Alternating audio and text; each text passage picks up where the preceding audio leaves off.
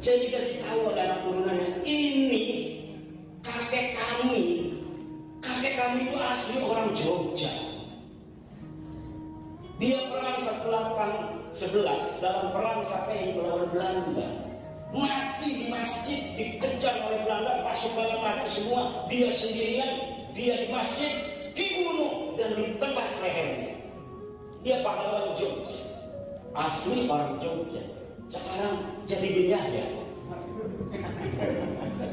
Namanya semua diminat, masa semua diminat di Yahya? Nih Abah ini jangan senyum-senyum baik.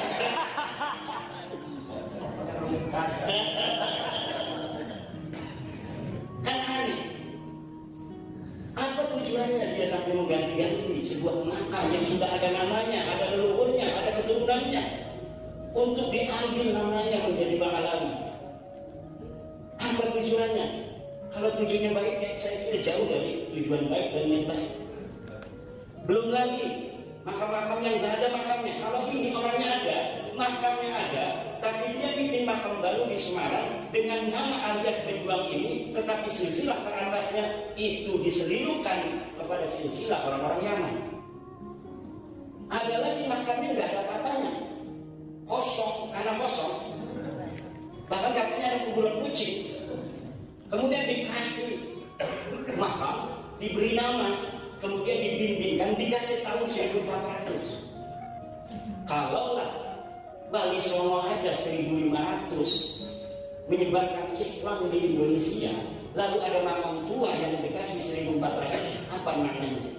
Maknanya adalah penyebar Islam di Indonesia bukan Wali Songo, tapi sudah ada orang-orang yang dulu datang. Ini namanya Haidar bin Yahya. Misal ini namanya Samsul bin Idrus, ini namanya Abdul Razak Basban. Tahunnya 1300, 1400. Nanti masa depan 100 tahun lagi ketika ada penulisan ulang sejarah, bisa bingung nih penulis sejarah. Ini kita harus rekonstruksi kembali perjalanan sejarah masuknya Islam di Indonesia. Kan selama ini yang kita baca salah. Katanya Wali Songo yang menyebarkan Islam di Indonesia. Katanya Maulana Hasanuddin ngaku jago dengan pucuk umum di Banten, baru orang Banten masuk Islam. Sultan Maulana Hasanuddin itu abad ke-16. Tapi kok di Banten sudah banyak makam-makam di Pandeglang, sekarang katanya sudah ada yang dibangun makam Yahya sana. Jangan dia baik. Dikasih tahun-tahun yang tua, akhirnya sejarah Banten akan ngacak di masa depan. Harus bongkar, kalau berani jangan diam-diam saja. Dan ini bisa dibuktikan. Kita sudah kerjasama dengan para sejarawan, bahkan dari Inggris kita datangkan pakar sejarah Tom Carey apa John Carey, Peter Carey, dan dia sudah bicara di media sosial. Ayo kita akan data. Wali kesehatan, hari data salah, mau bohong tetap bohong. Mau wali, mau setan, bohong sama saja. Kalau jahat, bodoh baik. Mau dia wali, apa kita yang wali? Yang tahu hanya Allah Subhanahu wa Ta'ala. Jangan dibiarkan perampokan sejarah. Jangan biarkan perampokan makan leluhur kita. Karena ini akan mengaburkan sejarah anak cucu kita di masa depan. Leluhur kita itu semuanya adalah sama, yaitu Nabi Adam. Nabi Adam, kullu min Adam wa Adam min turab. La fadla li Arabiyyin ala Ajamiyyin wa la li Ajamiyyin ala Arabiyyin illa bi taqwa. Ini ajaran Islam. Tidak ada orang Arab lebih tinggi daripada orang Ajam. Tidak ada orang Ajam lebih tinggi daripada orang Arab. Lah ini mereka orang Arabnya juga Arab palsu, merasa lebih tinggi daripada orang asli, daripada Banten. Pakai lagi turunan Nabi Pak Dr. Raja. Kita ini ada riwayat turunan Nabi Soheh nasabnya. Jadi turunan Nabi ini orang Soheh. Ngacak beranak mereka. Dan saya bisa buktikan itu, bahwa mereka bukan turunan Nabi. Ngacak nasab yang beranak mereka. Hasil tes DNA ngacak lagi. Sekarang ini ilmu pengetahuan sudah generasi, sekarang ini generasi Z dan Alpha. Itu zaman perang ini. Sekarang ini ilmu pengetahuan sudah luar biasa. Dr. Sugeng Sugiharto, Profesor Kaim ahli DNA sudah berfatwa dari BIN, Badan Riset Inovasi Nasional, bahwa orang Arab harus mempunyai haplogrup J1. Mereka sudah tes DNA. Beberapa orang, 170 orang di Yaman, 5 orang di Indonesia. Haplogramnya G. Nah, apa itu artinya haplog G? Haplog G itu ajamani turunan Nabi. Wong Arab itu tuh, jangankan orang Arab, orang Sumeria aja bukan. Jadi ada haplogram itu Sumeria. Sumeria itu nanti J0. J0 menjadi orang Akkadia, menjadi orang Arab, itu J1. Nanti kalau dia keturunan daripada Bani Hashim, ada kode-kode Bani Hashim. Kalau dia keturunan daripada Sayyidina Abi Thalib, ada kode-kode Abu Thalib. Kalau dia ada keturunan daripada Sayyidina Ali, ada kode-kode Sayyidina Ali. Kalau dia mengaku keturunan Husain, ada kode-kode Sayyidina Husain. Ali Al-Quraidi punya anak namanya Muhammad, punya anak namanya Isa, punya anak namanya Ahmad. Ini terdeteksi semua. Haplogramnya terdeteksi, kode-kode genetik lainnya terdeteksi. Dari Ahmad ini, anak-anaknya yang 3, Muhammad, Ali, Husain, semuanya ada keturunannya terdeteksi. Tapi siji, Ali Ubed. Ubed ini ngakungnya ke anaknya Ahmad. Ditulis di kitab nasab mereka, Ubed bin Ahmad bin Isa. Di kitab nasab-nasab orang Irak, Ahmad ini punya anak 3, Muhammad, Ali, Husain. Tidak ada anak namanya Ubed. Mereka nulis namanya Ubed, tambah 1 4, Mendel. Oke, kalau Mendel nggak keturunan Nabi dari jalur Imam Husain, Ali Al-Quraidi, tes DNA. Barang tes DNA hasilnya gebak. Macam mana di pulau, Pak?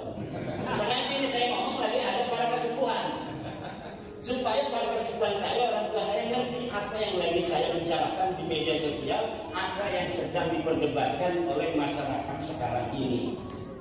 Jadi saya menemukan secara ilmu literasi daftar pustaka, kajian pustaka, bahwa DNA, LDNA, nasab mereka ini putus. Tidak ada yang riwayatkan ahli-ahli nasab, yang kitab nasab sudah dicetak, ditulis dari mulai abad ke-4, ke-5, ke-6, ke-7, semua ya. Nulis semua turunan Nabi ada semua. Dan abad ke-5 Imam Al-Ubaidili menyebutkan anaknya Imam Ahmad ini nggak ada yang namanya Ubaid. Imam Al-Bahruraji pengarang kitab Mafatihul Ghaib itu bikin kitab namanya kitab Asy-Syajarah Al-Mubarakah fi Ansabil Talibiyah. Semua keturunan-keturunan Imam Abi Thalib sampai sekarang pada masanya itu ditulis. Di sana ada Ahmad. Ahmad dikatakan punya anaknya cuma 3, Muhammad, Ali, dan Husain. Tidak ada anaknya yang namanya Ubaidillah. Nah, saya marah-marah. Salah itu. Karena dia menulisnya pada abad 9 Hijriah. Mengakunya itu baru abad 9 Hijriah. Orang yang diakunya ada di abad 4 dan 5 Hijriah. Harusnya kalau mengaku orang yang ada di abad 4 Hijriah harus dikonfirmasi di kitab nasab abad 4 Hijriah yang sudah banyak sekarang dicetak. Nanti dilihat lagi di abad ke-5, banyak juga di abad ke-5 kita. Abad ke-6 banyak juga, abad ke-7 banyak juga, abad ke-8 banyak juga. Semuanya 550 tahun kitab nasab yang dicatat itu tidak menyebutkan Ahmad bin Isa punya anak namanya Ubed. Baru nanti abad 9 anak kiai Pak. Jadi kiai itu orangnya paling asakron. Kita itu kiai gede. Masa iya kiai orang dia turunan bagus. Nyari-nyari silsilah dia. Masa orang soleh banyak pengikutnya, orang semuanya pada jadi santrinya, bukan keturunan Nabi. Akhirnya dia nyari-nyari silsilah. Ada di kitab As-Suluk abad ke-8 Hijriah nama Abdullah bin Ahmad. Iki kayak memang iki kayak memang buyut kita padahal namanya beda. Ika mah Ubaidillah, iki mah Abdul. Dan di situ dikatakan Abdullah punya anak namanya Jadid. Sedangkan di kitab-kitab yang mereka punya tidak ada nama Jadid. Akhirnya bikin bahwa Jadid ini saudara dari Alwi. Dan dia namanya Bang Alwi itu adalah bukan keturunan Sayyidina Ali, tapi Alwi itu keturunan Mang Alwi. Mang Alwi itu anaknya Ubed. Anaknya Ubed doang. Ketika di kitab anak Abdullah bin Ahmad, kayaknya Ubed Abdullah. Terus karena waktu ditasbih jadinya Ubaidullah. Suwe-suwe Allah hilang jadinya Ubed. Asli konon Mbak. Jadi lama sumpah kan balai ini apa? Remeh itu dimenuti. Lalu kapan nasab Rasulullah keturunan Nabi Laka, turun Nabi Laka, turun Nabi Ma'akeh. Ada At-Toba-Toba ini Yaman.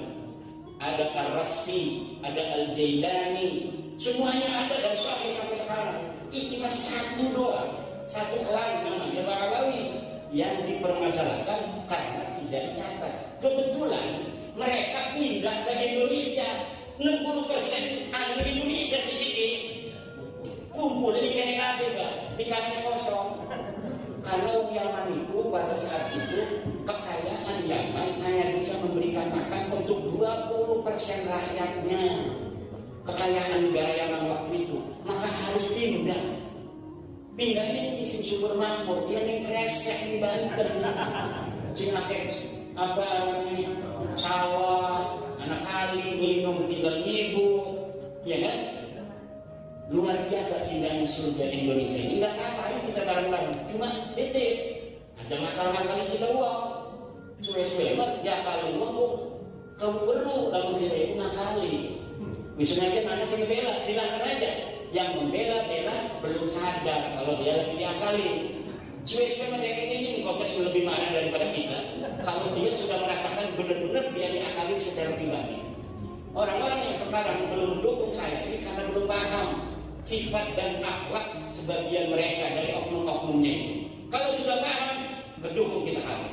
Yakin sebenarnya mendukung kita kabur. Gak ada status Facebook. Mendukung